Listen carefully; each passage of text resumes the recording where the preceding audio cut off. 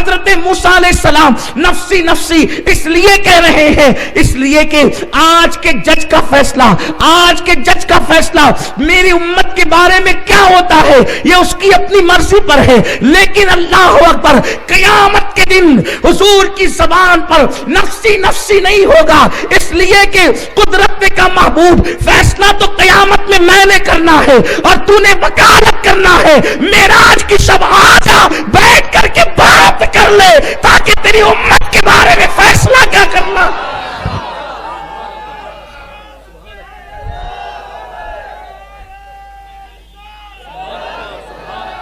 معراج کیا ہے؟ معراج کسے کہتے ہیں؟ میرے اللہ نے محبوب کو بلایا، حریم ناز میں بلایا، وہ اللہ جو اٹھنے بیٹھنے سے چلنے پھرنے سے پاک ہے، اتنے قریب بلایا اور قریب بلا کر کے پھر کیا کہا پتہ ہے؟ فَأَوْحَى إِلَىٰ عَبْدِهِ مَا أَوْحَى۔ ہم نے جو باتیں کرنی تھی کر لی، اللہ نے نہیں بتائی، کسی نے نہیں بتائی، لیکن بات کیا ہوئی؟ حضور نے ایک بات بتائی۔ اللہ نے محبوب کو کیا کہا؟ حبیب تیری امت گنہگار ہے اور میں غفار ہوں، قیامت کے دن تیری امت کے جرائم نہیں دیکھوں گا بلکہ حبیب تیرا چہرہ دیکھوں گا، تو جس کو چاہے گا میں اس کو جنت عطا کروں گا۔ تو محبوب کو بلایا گیا، حبیب آ تو مجھے دیکھ لے، میں تجھے دیکھ لوں، دیکھنے کا مزہ آج کی رات ہے۔ لیکن یہ بات تو ہوئی، قیامت کا دن ہوگا، 1,24,000 کم و بیش انبیاء ہیں، کسی نبی نے بھی اللہ کو نہیں دیکھا، بولو دیکھا، سوائے ہمارے حضور کے۔ ایک نبی نے تمنا کی تھی، ربی ارنی انظر الیک، اللہ میں تجھے دیکھنا چاہتا ہوں۔ قرآن میں آیا لن ترانی، تو نہیں دیکھ سکتا، یہ آپ بار بار سنتے رہتے، میں نے آج اس پہ کوئی تذکرہ نہیں کرنا، بلکہ آپ کو بتاؤں، ابن عباس کہتے ہیں جب حضرت موسیٰ نے 9 مرتبہ کہا نا اے اللہ میں تجھے دیکھنا چاہتا ہوں، میں تجھے دیکھنا چاہتا ہوں، میں تجھے دیکھنا چاہتا ہوں، اللہ نے کیا فرمایا؟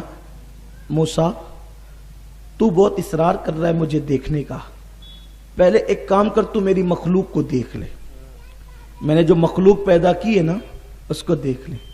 آپ بہت خوبصورت ہے، آپ کو دیکھ کر کون ڈرتا ہے؟ لقد خلقنا الانسان فی احسن تقویم، اللہ نے آپ کو بڑا حسین بنایا ہے، لیکن جو فرشتے ہیں نا، فرشتوں میں بعض فرشتے بہت خوبصورت ہیں، لیکن بعض فرشتوں کے چہرے ایسے ہیبتناک ہیں کہ دیکھیں تو حالت خراب ہو جائے۔ آپ جانتے ہیں ایک موت ہے، موت کا فرشتہ ایک ہے جس کو اسرائیل کہتے ہیں، جانتے ہیں اسرائیل کو؟ اسرائیل کو جانتے ہیں؟ ایک موت کا فرشتہ، میں سمجھتا ہوں کہ شاید میری معلومات اور میری دانست میں آج تک کسی نے اپنے بیٹے کا نام بھی اسرائیل نہیں رکھا، لوگ اس سے اتنا ڈرتے ہیں کہ اس کا نام بھی کسی نے نہیں رکھا، کیونکہ وہ ہے ایک ہی فرشتہ اسرائیل، لیکن اس کا حال یہ ہے نیکوں کے پاس آتا ہے تو خوبصورت بن کر آتا ہے، اور جب گنہگاروں کے پاس آتا ہے تو ایسی بھیانک صورت لے کر کے آتا ہے کہ انسان کی آنکھیں کھلی کے کھلی رہ جاتی ہے۔ اگر آنکھیں کھلی ہے تو کھلی کے کھلی رہ جائے، آدمی بند بھی نہیں کر پاتا، کسی کا حال یہ کوئی پیشاب کر دیتا ہے، کوئی پاخانہ کر دیتا ہے، بتانے کی بات نہیں، آپ کو پتا ہے، اور انسان کو موت آ جاتی ہے۔ یہ کون ہے؟ اسرائیل، یہ اللہ کا بندہ ہے، یہ فرشتہ ہے۔ مجھے حیرت ہوتی ہے کہ جب اسرائیل کو دیکھ کر کے لوگوں کے ہاتھ پیر ڈھیلے پڑ جاتے ہیں، یہ بندہ ہی تو ہے نا اللہ کا، اسرائیل کو دیکھ کر ہاتھ پیر ڈھیلے پڑ جاتے ہیں تو اللہ کو دیکھنا کوئی معمولی بات ہے؟ رب کا دیدار کوئی معمولی بات ہے؟ آپ غور تو فرمائیں، سوچے تو صحیح، حضور کا معجزہ کتنا بڑا ہے یہ معراج جسے کہتے ہیں۔ سنیو، اپنے قسمت پہ ناز کرو، اللہ نے ہمیں کیسا نبی عطا فرمایا، اللہ نے ہمیں کیسا رسول عطا فرمایا۔ وہ خدا جس کا جسم نہیں، وہ خدا جس کا جسم نہیں، جس کے ہاتھ نہیں، جس کے پیر نہیں، ہمارا نبی اس کو بھی دیکھتا ہے، اس کو بھی دیکھ لیتا ہے۔ غور کریں، جس کا جسم نہیں وہ نظر نہیں آتی۔ دنیا کا کوئی مولوی، وکیل، ڈاکٹر، انجینئر ہے کوئی جو ہوا کو دیکھ سکے؟ ہوا کے ہاتھ پیر نہیں، اس لیے نظر نہیں آتی۔ اللہ اکبر، جب مخلوق کے ہاتھ پیر نہ ہو تو وہ نظر نہ آئے، لیکن وہ خدا جس کا کوئی جسم نہیں، وہ جسم و جسمانیات سے پاک، حضور اس کو بھی دیکھ لیتے ہیں، دیکھ کر ڈرتے بھی نہیں ہیں، ٹک ٹکی باندھ کر دیکھتے ہیں، آنکھیں بھی نہیں جھپکتی ہے۔ یہ سب انشاءاللہ یہ نکات تو کل ہم عرض کریں گے، لیکن آج صرف یہ بتانا ہے کہ جناب موسیٰ کو اللہ نے کہا موسیٰ پہلے میری مخلوق دیکھ لے، ایک کام کر، مجھے دیکھنے کی تمنا کرتے ہیں نا، ذرا میری مخلوق دیکھ لے۔ تو اللہ نے فرشتوں کو کہا کہ ذرا اپنے چہروں سے پردے ہٹاؤ اور اپنی اصلی شکل سے موسیٰ کے قریب سے گزرو۔ حضرت موسیٰ طور پر کھڑے تھے اور کہہ رہے تھے ذرا دیکھنا چاہتا ہوں تجھے، دکھانا اپنے آپ کو، دکھا اپنے آپ کو، مجھے دیکھنے سے پہلے میری مخلوق دیکھ۔ تو جب وہ مخلوق فرشتے گزرنے لگے نا تو حضرت موسیٰ علیہ السلام نے دل پکڑ لیا اور عرض کی میرے اللہ مجھ سے لغزش پیغمبرانہ ہوئی ہے کہ میں نے یہ سوال کیا، میں نے کہا تجھے دیکھنے کا سوال، میں ان کو نہیں دیکھ سکتا، میرا سینہ پھٹا جاتا ہے ان کی ہیبت کی وجہ سے۔ تو جبریل آئے اور عرض کرنے لگے موسیٰ آپ نے خدا کو دیکھنے کی بات کی، آپ ان کو دیکھیے، ان کو نہیں دیکھ سکتے۔ اللہ اکبر۔ جناب موسیٰ علیہ السلام نے پھر رب کی بارگاہ کے اندر کہا نا توبت الیک، میں تیری بارگاہ میں توبہ کرتا ہوں۔ یہ توبہ کس چیز سے کر رہے ہیں موسیٰ؟ یہ جو کہا تھا نا ربی ارنی، یہ ربی ارنی کے بعد توبت الیک کہنے کی وجہ کیا ہے؟ وجہ یہی ہے جب فرشتوں کو گزارا میرے اللہ نے، ہیبت ناک فرشتوں گزرو موسیٰ کے قریب سے، تو حضرت موسیٰ کا سینہ پھٹنے کے قریب آ گیا اور حضرت موسیٰ نے کہا اللہ میں تیری بارگاہ میں اس لغزش پیغمبرانہ سے، اس خطۂ اجتہادی سے توبہ کرتا ہوں۔ اب غور کریں، جب اللہ کی مخلوق کو حضرت موسیٰ ان کی اصل شکل میں نہ دیکھ سکے، ان ہیبت ناک فرشتوں کو جنہوں نے عرش اٹھا رکھے ہیں، جو عرش کا بوجھ سنبھالتے ہیں، اللہ کے فرشتے کتنے یہ تو وہی جانے، کون کون سے وہی جانے، لیکن ہم کو تو بس ابن عباس نے اتنا بتایا کہ موسیٰ کے ساتھ یہ ہوا تو حضرت موسیٰ نے توبہ کر لی کہ اللہ میں اس سوال سے تیری بارگاہ میں توبہ کرتا ہوں۔ اب دیکھیں یہ حضور علیہ السلام کی شان، لوگ کس منہ سے کہتے ہیں نبی ہماری طرح ہیں، وہاں موسیٰ کہتے توبت الیک، اللہ میں اس سوال سے تیری بارگاہ میں اب رجوع کرتا ہوں، واپس پلٹتا ہوں مولا۔ اب حضور علیہ الصلوۃ والتسلیم کی باری ہے، حضور نے نہیں کہا تجھے دیکھنا چاہتا ہوں، صحیح ہے؟ تو حضور علیہ السلام کو کیوں دکھایا گیا، بلایا کیوں گیا؟ حضور کو بلانے کی وجہ کیا تھی؟ دیکھیے جب کوئی جج کا سامنا ہو اور جج سے پہلے ملاقات نہ ہوئی ہو، یہ کسی بادشاہ سے پہلے ملاقات نہ ہوئی ہو، بادشاہ سے پہلے ملاقات نہ ہوئی ہو، بادشاہ نے دعوت دی چلو سب کو میرے گھر دعوت ہے، آؤ دعوت کھانے کے لیے آؤ، ایسے کے اندر سارے عمرہ وزراء کو بلایا، نیا نیا بادشاہ ہے، بادشاہ کو کسی نے دیکھا نہیں، بادشاہ آیا اور ایک شہر میں سب کو دعوت دی اور کہا سب جمع ہو جاؤ، تو کتنا ہی بڑا وزیر ہوگا تھر تھر کانپے گا، کیوں؟ کیونکہ بادشاہ کو کبھی دیکھا نہیں، پتہ نہیں اس کے اخلاق کیا ہوں، اس کے کردار کیا ہوں، اس کا انداز کیا ہو، اس کی گفتگو کیا ہو، پیار کرے گا کہ جھڑک دے گا، بھگا دے گا، کیا کرے گا وہ؟ غور فرمائیں۔ اور اس کے بعد بادشاہ کو کبھی دیکھا نہیں تو فکر ہے کریں کیا کریں، بلکہ خود سب باتیں چھوڑیے، آپ اپنی بات لیجئے، اگر پہلی مرتبہ آپ کو کسی آفیسر کے سامنے جانا ہو تو آپ کے پیر کانپنے لگتے ہیں، پتہ نہیں میرا کام یہ کرے گا کہ نہیں کرے گا، اور کرے گا تو کس انداز سے کرے گا، کیا بولے گا، کیا باتیں کرے گا، تو آپ کے پیر کانپنے لگتے ہیں کیونکہ پہلی مرتبہ سامنا ہے نا آپ۔ بلکہ آپ اس کو قرآن سے دیکھ لیں، اللہ نے جب حضرت موسیٰ علیہ السلام کو نبوت عطا فرمائی تو حضرت موسیٰ علیہ السلام کے پاس برسوں سے ایک عصا رہتا تھا، لکڑی کا ایک عصا تھا، سوٹا جس کو آپ کہتے ہیں، لکڑی عصا حضرت موسیٰ علیہ السلام کے پاس تھا، اور ابتدائے جوانی سے تھا آپ کے پاس، شروعات سے تھا، کیونکہ آپ حضرت شعیب علیہ السلام کی بکریاں چراتے تھے۔ شعیب علیہ السلام کی بکریاں، پیغمبر کی بکریاں حضرت موسیٰ علیہ السلام چراتے تھے، یہ آپ کی عاجزی تھی، انکساری تھی۔ نبی کبھی چرواہا نہیں تھا، اور چرواہا کبھی نبی نہیں بن سکتا، جو انبیاء کو چرواہا کہتے ہیں وہ بدبخت ہیں، نبی کے گستاخ ہیں، اس لیے کہ بادشاہ اگر کبھی اپنی چپل سل لے تو یہ اس کی عاجزی ہے، چپل سلنے سے وہ چمار نہیں ہو جاتا، یہ اس کی عاجزی ہے۔ اسی طرح بکریاں چرانے سے نبی کی عاجزی ہے کہ وہ بکریاں چراتا ہے، بکریاں چرانے سے نبی چرواہا نہیں ہو جاتا۔ مسجد کا امام اگر کسی بوڑھے کا بوجھ اٹھا دے وہ حمال نہیں ہو جاتا، یہ اس کی عاجزی ہے کہ وہ کسی کی مدد کر رہا ہے۔ اب یہ بات آپ کو سمجھ میں آ گئی ہوگی۔ تو حضرت موسیٰ علیہ السلام کے پاس ایک عصا تھا، رات دن وہ عصا آپ کے پاس رہتا تھا۔ حضرت موسیٰ علیہ السلام جب طور پر پہنچے، طور پر پہنچنے کے بعد اللہ نے ان کو نبوت دی، حضرت موسیٰ علیہ السلام کو اللہ نے نبوت عطا فرمائی. جب نبوت عطا فرمائی تو بھیجنا کس کے پاس تھا؟ فرعون اور فرعونیوں کے پاس. تو اللہ تبارک و تعالیٰ نے حضرت موسیٰ علیہ السلام کو معجزہ دیا. دو معجزے کا تذکرہ کیا جاتا ہے. ایک تو آپ اپنا ہاتھ بغل میں ڈالتے اور نکالتے تو وہ چمکنے لگتا, اور دوسرا جب عصا کو زمین پہ رکھتے تو وہ خوفناک اژدہا بن جاتا.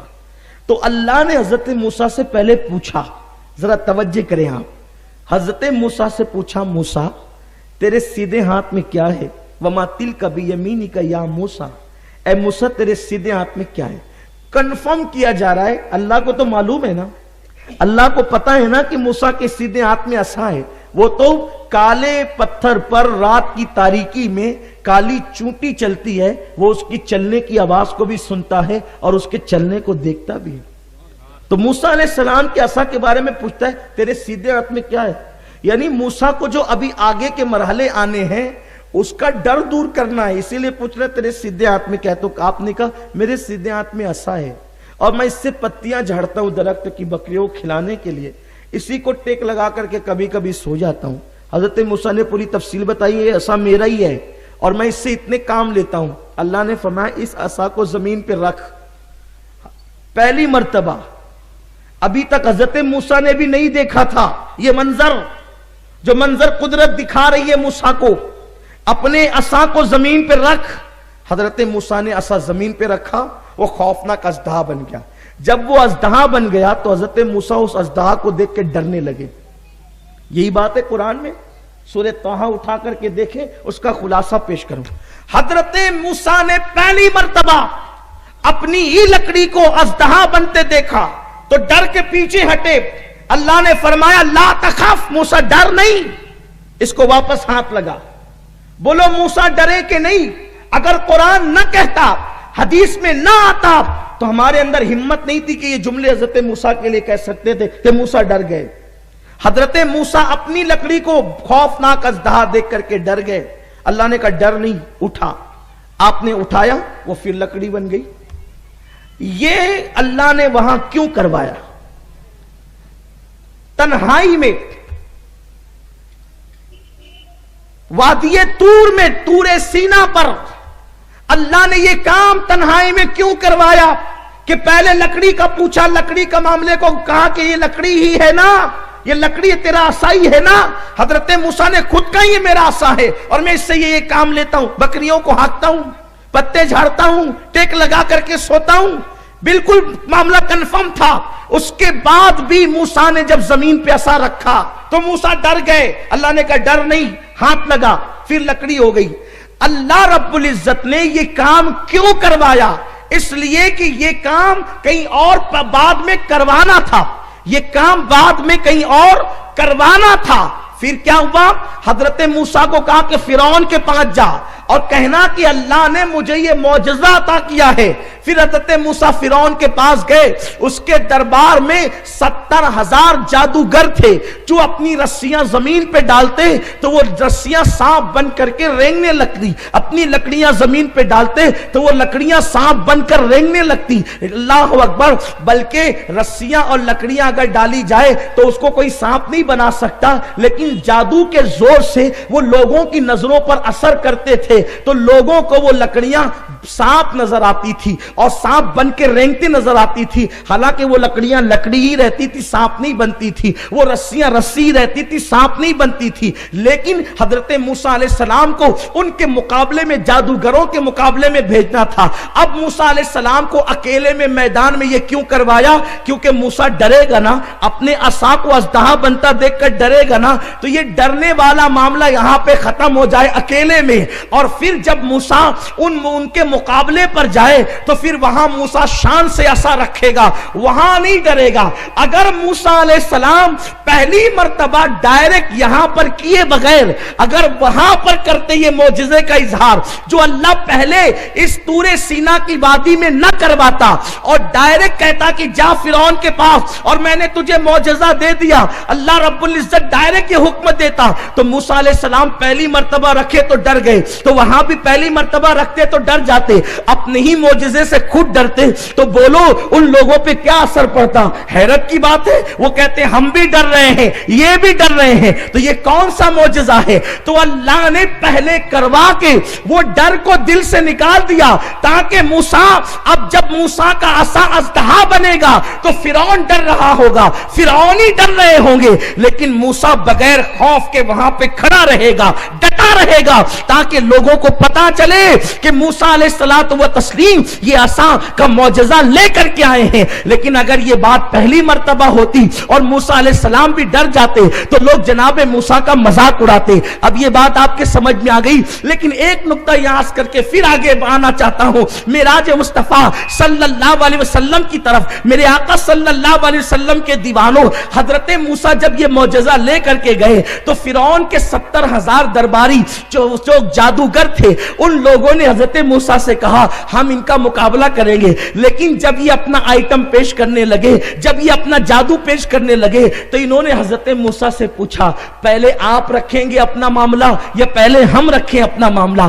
گویا کہ ان جادوگروں نے موسیٰ علیہ السلام کا ادب کیا, تو اللہ کو ادب کی ادا اتنی پسند آ گئی, انہوں نے پوچھا پہلے آپ یا پہلے ہم؟ آپ نے فرمایا پہلے تم ہی کر لو. اور اس کے بعد اللہ کو یہ ادا پوچھنے کی اتنی پسند آئی کہ اللہ نے 70,000 جادوگروں کو ایمان کی دولت عطا فرما دی. لیکن میں نے صرف اتنا عرض کرنا تھا آپ کے سامنے کہ اللہ نے پہلے تنہائی میں حضرت موسیٰ علیہ السلام سے یہ کروایا کہ اللہ کے علم میں یہ بات ہے کہ میرا موسیٰ اچانک اژدہا دیکھ کر کے ڈر جائے گا تو میں تسلی دوں گا نا, میں تسلی دوں گا. موسیٰ ڈر نہیں, لا تخف, ڈر نہیں, اور اگر وہاں ڈرے گا تو پھر مذاق بن جائے گا.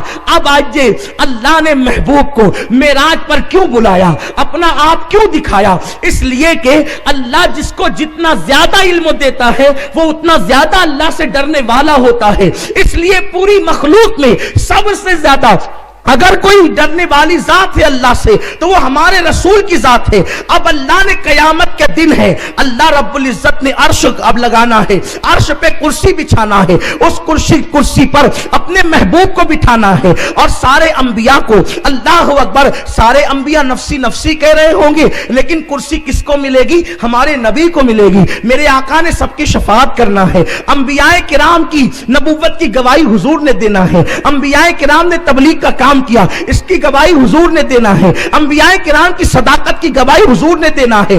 گویا کہ قیامت کے دن کا دولہا صرف اور صرف میرے رسول کی ذات ہوگی, میرے آقا کی ذات ہوگی, اور وہ اللہ سے سب سے زیادہ ڈرنے والے ہیں. انبیاء نفسی نفسی کیوں کہہ رہے ہوں گے قیامت کے دن؟ کیونکہ انہوں نے اللہ کو نہیں دیکھا, تو اللہ کو جب نہیں دیکھا تو اب اللہ کو بے پردہ دیکھنے کی باری ہے, تو وہ ڈر رہے ہیں, نفسی نفسی کہہ رہے ہیں. ان سے زیادہ تو حضور کے دل میں اللہ کا خوف ہے. اگر حضور بھی اللہ کو نہ دیکھتے تو حضور بھی نفسی نفسی کہتے. میرے بھائی, اگر ایک گھر میں میت ہو جائے اور سارے ہی لوگ رونے لگے اور گھر میں کوئی بڑا تسلی دینے والا نہ ہو تب تو تماشا ہو جاتا ہے. کوئی ایک تو ہوتا ہے جب سب رو رہے ہوتے تو وہ تسلی دیتا ہے, تو وہ سب کو سنبھالتا ہے, سب کا سہارا بنتا ہے. اب قیامت کے دن سبھی نفسی نفسی کہہ رہے ہیں, اور قیامت کا دولہا شافعی یوم النشور بھی نفسی نفسی کہے گا, تو لوگوں کی ہمت کون بندھائے گا, لوگوں کی دھارس کون بندھائے گا؟ حالانکہ حضور تو سب سے زیادہ اللہ سے ڈرنے والے ہیں.